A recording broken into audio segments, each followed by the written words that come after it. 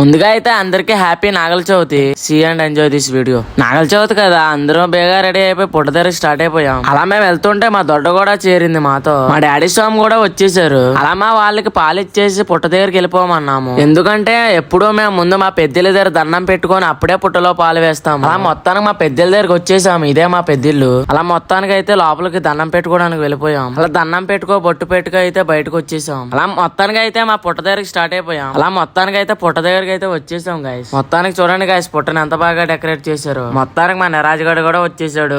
ఇక్కడ ఎంత కార్యక్రమం జరుగుతూ ఉంటే మా చిన్నగడు ఎక్కడికి వెళ్ళిపోయాడు.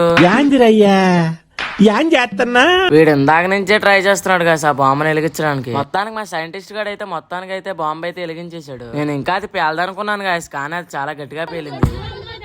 అలా మొత్తానికి పుట్టలో పాలు వేసేసి దండం పెట్టేసుకున్నాను.